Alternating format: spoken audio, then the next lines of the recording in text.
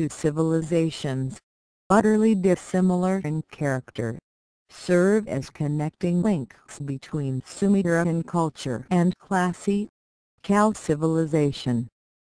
Of these, Minoan civilization is considered ably the older, beginning to form before 3000 BC and dissolving to death about 1000 BC.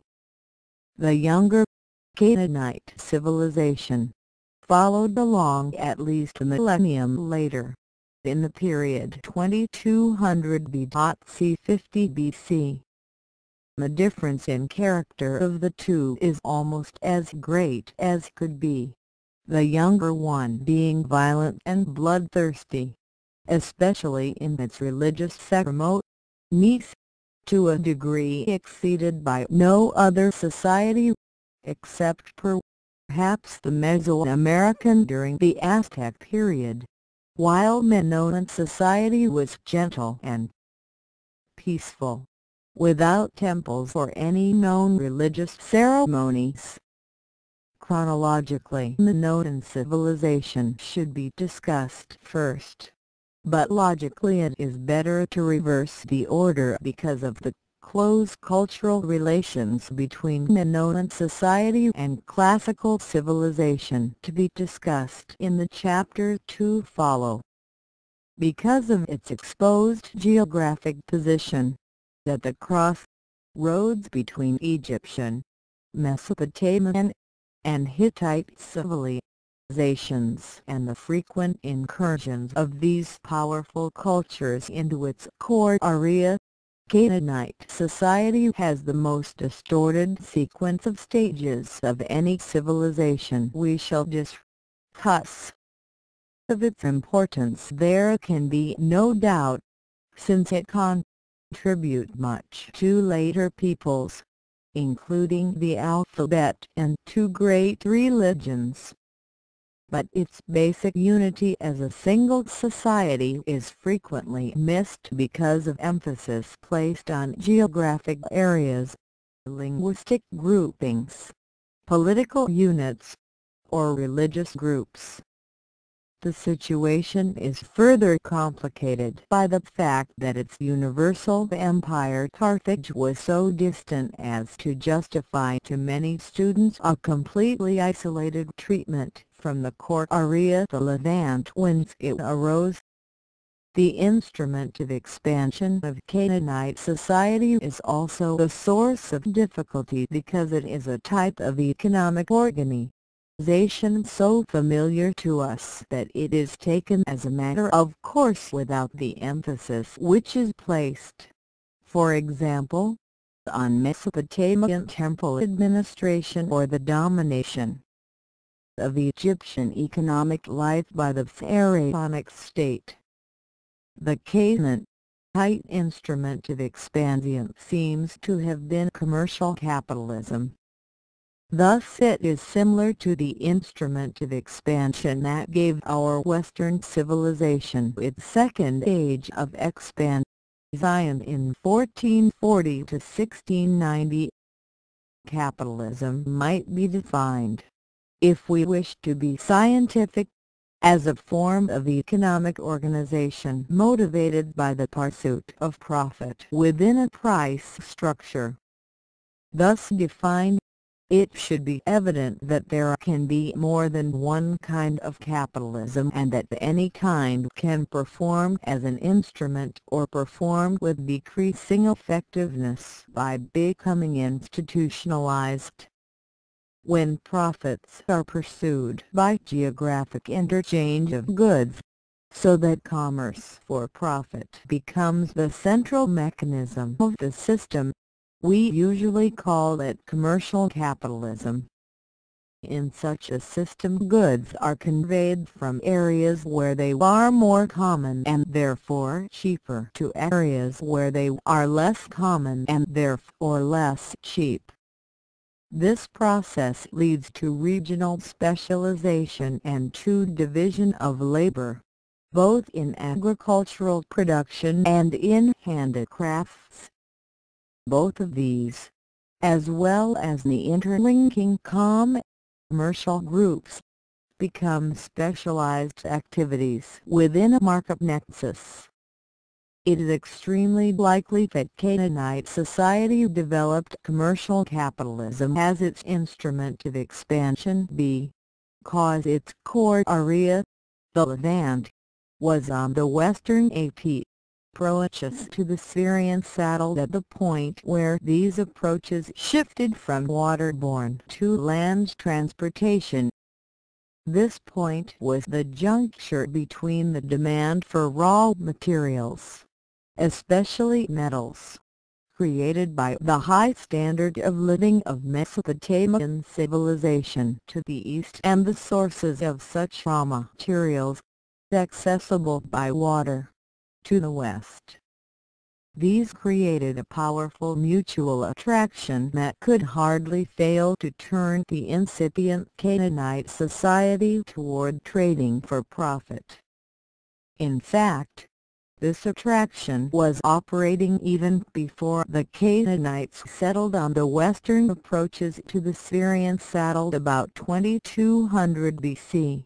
It drew into this activity the Proto-Assyrian peoples on the eastern approaches of the Syrian saddle, on the upper Tigris drainage, so that these Assyrian speakers were settled as far west as southern Anatolia, Cappadocia, if not farther, in defended trading posts.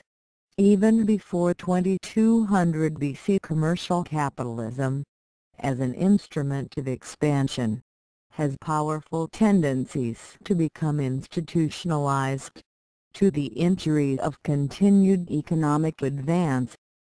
Such institutionalization arises when pursuit of profit becomes dominant over the real, if remote, goals of any economic system.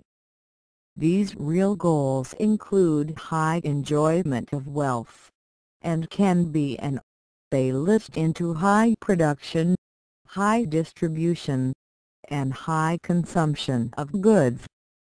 As long as the pursuit of profits serves to assist these goals, any profit organization of the economic system remains an instrument, but this is likely to continue only as long as the trading system is a competitive one.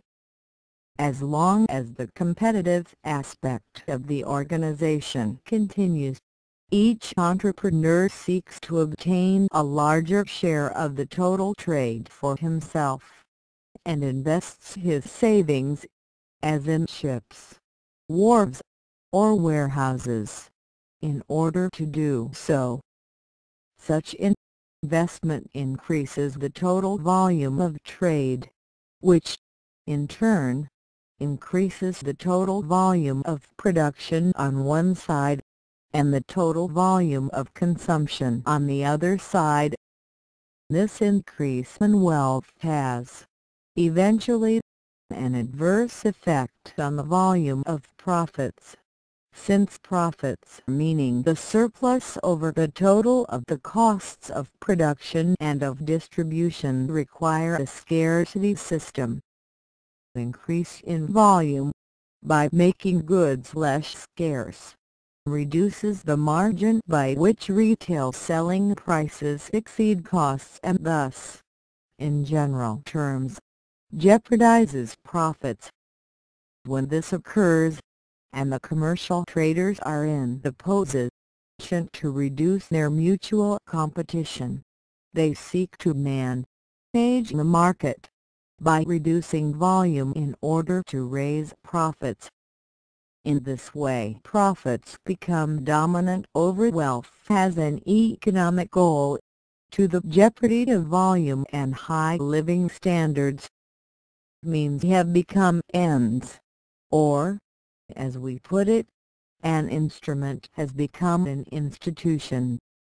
This process took place in our own Western civilization about the 17th century. And of that process we generally say that commercial capitalism, or the commercial revolution, in the older books was transformed into mercantilism. In Canaanite society we speak of the rise of a commercial oligarchy in the later days of Phoenicia or of Carthage. When this occurred, the society ceased to expand by economic means, that is, by increasing volume of wealth, or by intensification of economic activities, and tried to expand by political means, that is, to increase profits by extensification of economic activities by bringing wider geographic areas under the institutionalized economic organization. Thus, the economic imperialism and wars typical of stage 4 of any civilization replaced the earlier economic expansion, which also involved geographic expansion, but by exploration and colonization rather than by imperialist wars. The period of mixture in Canaanite society is clear enough. About 2200 BC, and for several centuries after that, the Emiru were pushing out of the Syrian desert into the Fertile Crescent. Those who moved eastward into Mesopotamia we call Amorites, Babylonians, while those who moved westward into the Levant are generally called Canaanites. Many of these intruders were pastoral peoples with herds of sheep or asses, but it is possible that some of them were tillers of the soil. In any case, they were semi-peoples, warlike and patriarchal, with a multiplicity of gods. Some of these deities were simply animistic spirits found in rocks, trees, or springs. Others were spirits of nature, including deities of storms, the sky, fertility, fire, water, and such. Others were gods of more abstract ideas representing the Creator, justice, mercy, or crafts. This variety of deities in itself reflects a mixed culture coming into a situation where further mixture was inevitable. These other peoples came chiefly from Mesopotamia to the east and from Egypt to the south, but the Indo-European people from the north, known as Mitanni, and the Alpine peoples from the same direction, whom we call Hurrians, helped to contribute to what must have been a very complex mixture. And finally, during the middle centuries of the second millennium BC, there were pervasive cultural elements from the sea ways to the west, especially from Crete. These included Minoan and later Mycenaean influences. Thus it would seem that the period of mixture could be stretched to cover almost a whole millennium, from about 2300 to about 1300 BC. In spite of this great mixture of different elements, Canaanite society developed its own distinctive outlook and character. Vigorous, practical, almost crude, grasping, unaesthetic, yet with powerful spiritual impulses, filled with sensual desires and crass superstitions, yet with basic intelligence the equal of any other people in history. Such was the complex nature of these Canaanite peoples, the nature which leaves them, to this day, a constant puzzle and source of interest to students. Whatever may have been the social organization of the Canaanites before they migrated, they came into the Fertile Crescent organized on the basis of blood groupings, either as families or tribes. Almost at once the more successful of these groups began to hack out areas of influence and create principalities organized on a somewhat different basis, since they claimed powers over peoples who were not related to the family of the prince. Thus, the idea of the state, coming perhaps from the city civilizations not far off, began to replace the older ideas of tribal loyalty and blood vengeance. The second millennium was still in its early centuries when a series of Uru princes ruled the whole Fertile Crescent from the Persian Gulf to the Nile and, as Hyksos, were beginning to force their way into Egypt. Amorite names like Abram, Jacob, and Benjamin were recorded in cuneiform writing for the whole area. Tribal or family influence was still so powerful in most places that individual rights were very weak, and a strong family group was a better guarantee of personal safety or of individual rights than either personal prowess or princely power. In this rapidly developing society there were scattered persons whom the documents called Habiru or some similar term.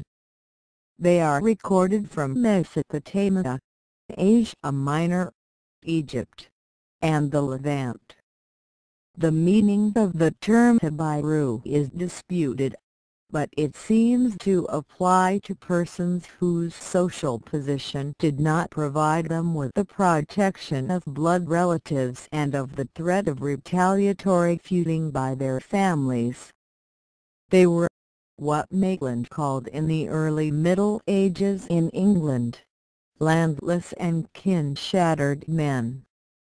The cause of this kin-shattered condition which left the Habiru in a precarious social condition is fairly clear. Any individual who had killed a member of his own family usually lost the protection of that family and became socially isolated. Or again, any person who had made the formal agreement to become the bondsman of another had voluntarily renounced the protection of his blood relatives.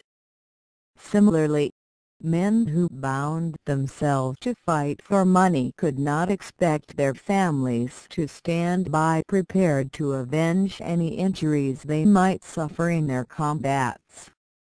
Such persons, without family to protect them or to force the prince to extend his protection, needed some other protector. This was found by seeking the favor of Yahweh, the God of mercy, one of the lesser deities in the numerous Canaanite pantheon. Such allegiance to Yahweh by bondsmen, murderers, or other kin-shattered persons did not originally imply any renunciation of the other deities in the Canaanite pantheon, and the Habiru continued to worship, as seemed fit, the other Canaanite Baals, working downward from the greatest, El, God of justice and creator of the world. The economic activities of these Habiru were probably not much different from those of other Canaanites, but two comments might be made. As persons with weak or no kinship ties they probably wandered about from place to place more readily than other Canaanites, and there clearly seems to be, among the Habiru, a large proportion of wandering metal workers and music makers. Some of these metalworkers were known as Karnites, the name traditionally derived from Cain, the son of Adam. It is worth noting that the mark the Lord put upon Cain was not the mark of damnation, as some believe, but a mark of protection. the Lord put a mark on Cain, lest any who came upon him should kill him. It would appear thus that the Hebrew who became the worshippers of Yahweh and later strict monotheists began as a legal or social group, later at the time of Moses became the religious group, and still later at the time of Joshua began to develop into a political group. Much later, after the Assyrian destruction of the Hebrew state, they became, once more, primarily a religious group, although there always were tendencies to become a political group by establishing Hebrew rule in some area or to become a biological group by insisting on endogamy. At any rate, the Hebrews always were a group within Canaanite society and never became a society of their own. Because the process of mixture continued so long in Canaanite civilization, probably because of the very exposed geographic position of the Levant, we cannot fix any rigid date when mixture ended and gestation began. There was rather a series of advances and relapses not only in regard to these two stages but possibly in regard to the next as well. Moreover, the instrument of expansion we have posited for this society, commercial capitalism, is one in which there is no great interval between accumulation of surplus, plowing of this surplus back into the business, and increase of output arising from such investment. This process undoubtedly existed among the Canaanites at an early date in the second millennium, but it seems clear that the Levant was too closely dominated by Egyptian and Hittite influences for us to attribute much of its social dysprosium dynamics to Canaanite organization until fairly well along in that second millennium. By 1300 Egyptian power was in full retreat from the Levant, and a century later the Hittite Empire was breaking up under the blows of the Iron Age invaders. At that point, about 1200, the period of expansion of Canaanite society was beginning. The period of expansion of Canaanite society began as the withdrawal of Egyptian and Hittite influence and the absorption of Hurrian and Mitanni peoples allowed this new commercial society to emerge. At that time we find a threefold situation. The Canaanite pagans in control of the south, Levant were being squeezed between the Philistines coming in from the sea to the west and the Hebrews coming in from the desert to the east. The Canaanite pagans in this period were to be found not only in Palestine but also in Syria, where they were already engaged in the Levantine trading activities we associate with the Phoenicians. In fact, they were early Phoenicians, although historians usually call them by the names of their respective cities. Of these cities the best known are probably Ras Shamro and Elalat in northern Syria. The archaeological evidence from these, especially from Ras Shamro the ancient Quigley, shows a flourishing trade going on between Mesopotamia and the Mediterranean peoples, particularly the Mycenaeans from 1700 to 1200. It is clear that the period of expansion, in this area at least, was in full swing before the 14th century BC. By the end of that century, pressure from the Hittites and the damage caused by the great earthquake of about 1365 BC had hampered these more northern seaports and provided an opportunity for more southern seaports such as Byblos, Sidon, and Tyre to break into the western trade. It was these Phoenician cities that took Canaanite commerce through the age of expansion. While these developments were occurring in the north, the Hebrew peoples were forming in the south. Some Hebrew had accompanied the Hyksos into Egypt in the 18th century BC. When these shepherd peoples were expelled from Egypt by Homos by about 1567, many of the Hebrew remained, working as copper miners and coppersmiths in Sinai or as bondsmen and mercenary soldiers in Egypt itself. In time, Egyptian rule over these peoples became increasingly oppressive. About 1300, a man with the Egyptian name of Moses killed an Egyptian and had to flee into the eastern deserts beyond Sinai. There he became acquainted with Yahweh, married the daughter of the Midianite priest of Yahweh, and returned to Egypt to lead the Hebrew to safety. Instead of following the regular coast road from Egypt to Canaan, Moses led his followers eastward into the desert. After the revelation on Mount Sinai and the death of Moses, the new leader, Joshua, led the Hebrews into Canaan by making the wide swing into the desert to the east.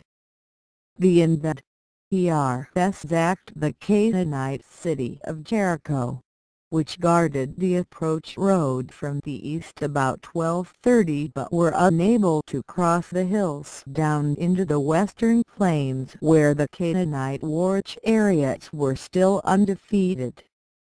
The new invention of lime-plastered cisterns for catching rain made it possible for the Israelites to expand along the hitherto unoccupied hills above the Canaanite-controlled springs and streams.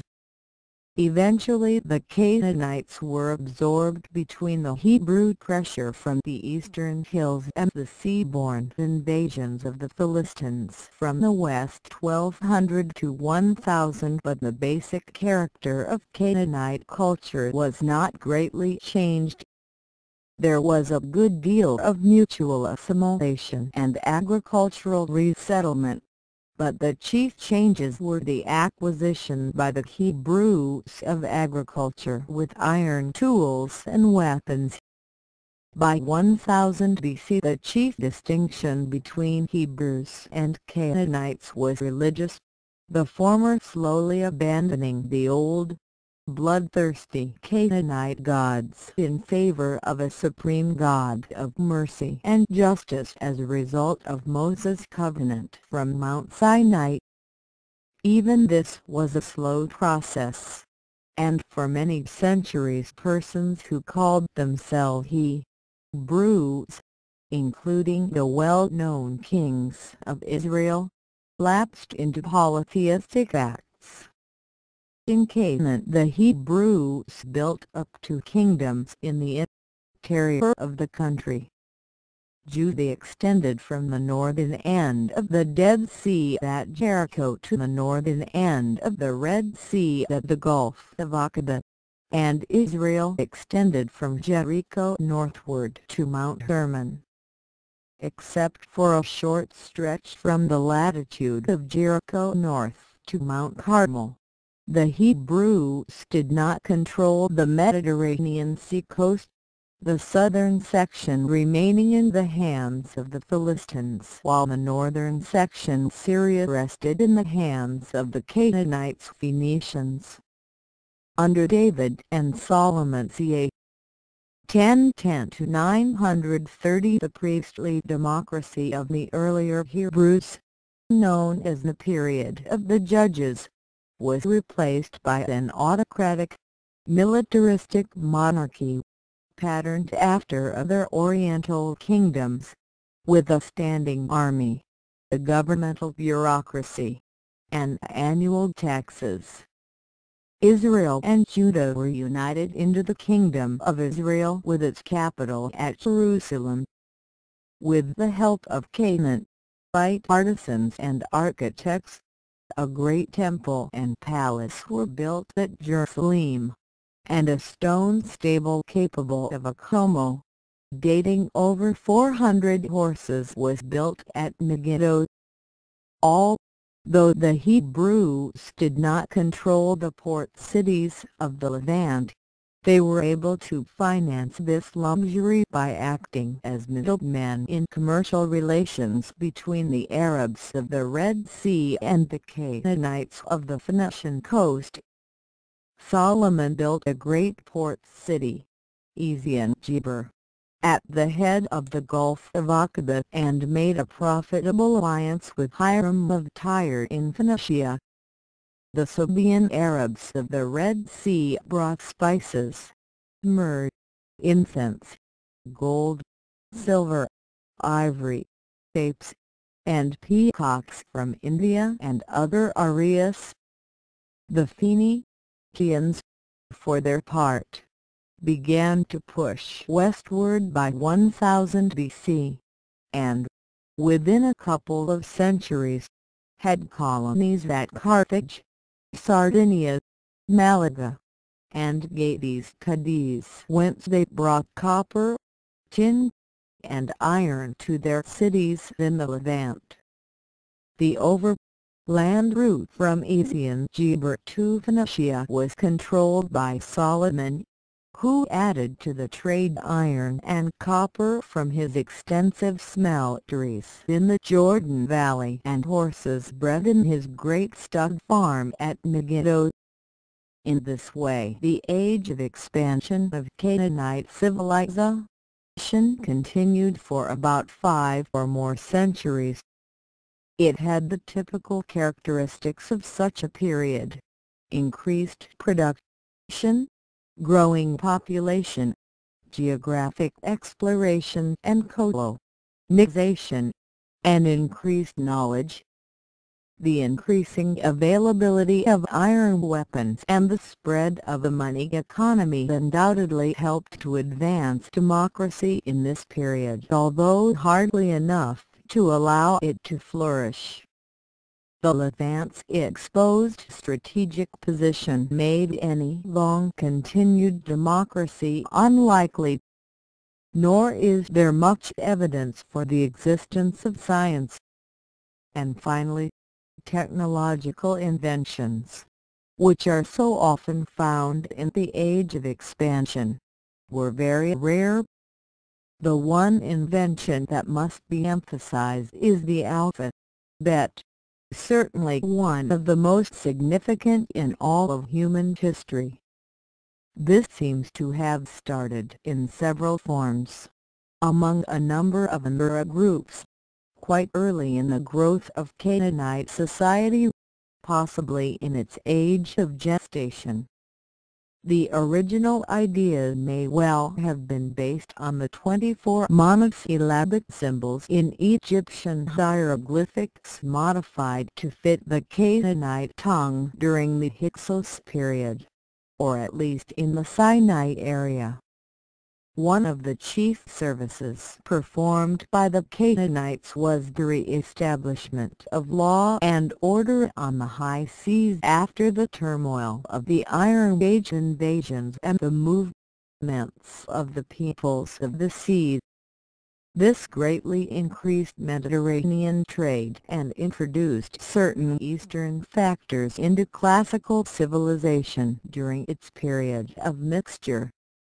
The flourishing situation that we have described began to decline shortly after 800 BC in the Levant, although not until several generations later in the central and western Mediterranean.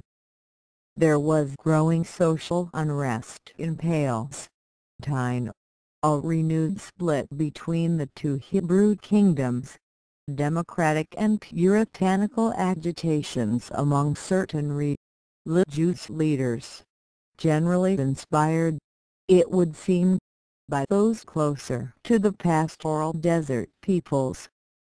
There was also a considerable growth in religious animosities, chiefly because of the survival of Canaanite fertility ideas among agricultural peoples and because of Phoenician influences as exercised through persons like Queen Jezebel. In addition to these troubles, there were growing external dangers, including renewed Egyptian invasions under Necho 608 BC, increasing Aramean pressures and, above all, the continued savage assaults of the Assyrians. In a series of brutal attacks, the Levantine cities were looted, sacked, made tributary, and their leading citizens deported. The northern kingdom of Palestine, then called Samaria, was destroyed in 722 and the southern one Judea in 586. The more prominent citizens, perhaps 1/10 of the population, were deported to Babylon, the rest, mostly peasants, being left in Palestine. As a result of their exile, the upper classes became increasingly rigid in their religious orthodoxy. Accordingly, when some of these returned from their Babylonian captivity after the Persian conquest of Assyria in 538, controversy broke out between the more casual Palestinian and peasantry and the more rigid Babylonian exiles. The chief disagreements were concerned with methods of sacrifice, use of images, and permission to marry non-Jews.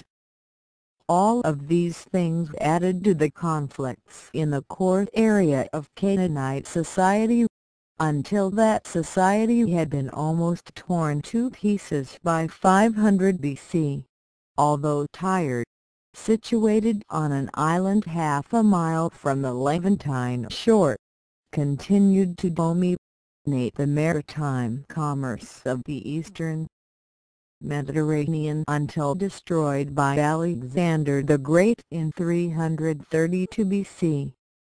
In the meantime, the periods of expansion and conflict were occurring at somewhat later dates in the more peripheral West. The age of expansion probably continued there until about 600 BC, and was followed by a rather brief age of conflict. This was short, lasting little more than a century, because there was no other Canaanite state in the West in any position to challenge Carthage's claim to universal empire in that peripheral area, and because the social triumph of the commercial oligarchy within Carthage made class struggles insignificant. Carthage is to be regarded as the universal empire of Canaanite society despite its lack of political influence in the core areas in the Levant, since the strategically indefensible position of the Levant in the face of Assyrian power made it hopeless for Carthage to have any political ambitions there. The parallel situation could arise in our own Western civilization if Soviet domination of Europe left the United States as the only significant political force in the Western Hemisphere. There can be no doubt that Carthage, as a political unit, was a part of Canaanite society. The inhabitants spoke the Canaanite tongue and called themselves Canaanites, although we usually speak of them by the name of the city and refer to their language by the Latin term Punic. Their organization of expansion was the same institutionalized commercial capitalism. Their religion was clearly Canaanite, full of bloodthirsty superstitions concerned with various Baals, especially Moloch. This god, who was worshipped by throwing infants into his raging fires, was the principal deity of Carthage and Tyre and was not unknown in Palestine. There Solomon erected an altar to him, and other Israelites joined in his horrible sacrifices. This is only some of the evidence showing that Carthage, as a political unit, was in Canaanite culture.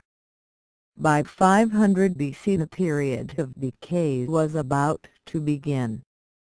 20 years later, 480 in both east and west, the Canaanite peoples suffered severe military defeats that serve as historical pointers to the downward way. In the east, a Phoenician fleet in the service of Persia was destroyed by the Greeks at Salamis, while in the west Carthaginian forces were destroyed at Himera in Sicily by the forces of the western Greeks. These two events, which folk tales placed on the same day, marked a collision between declining Canaanite culture in its age of early decay and rising class civilization in its full flush of expansion.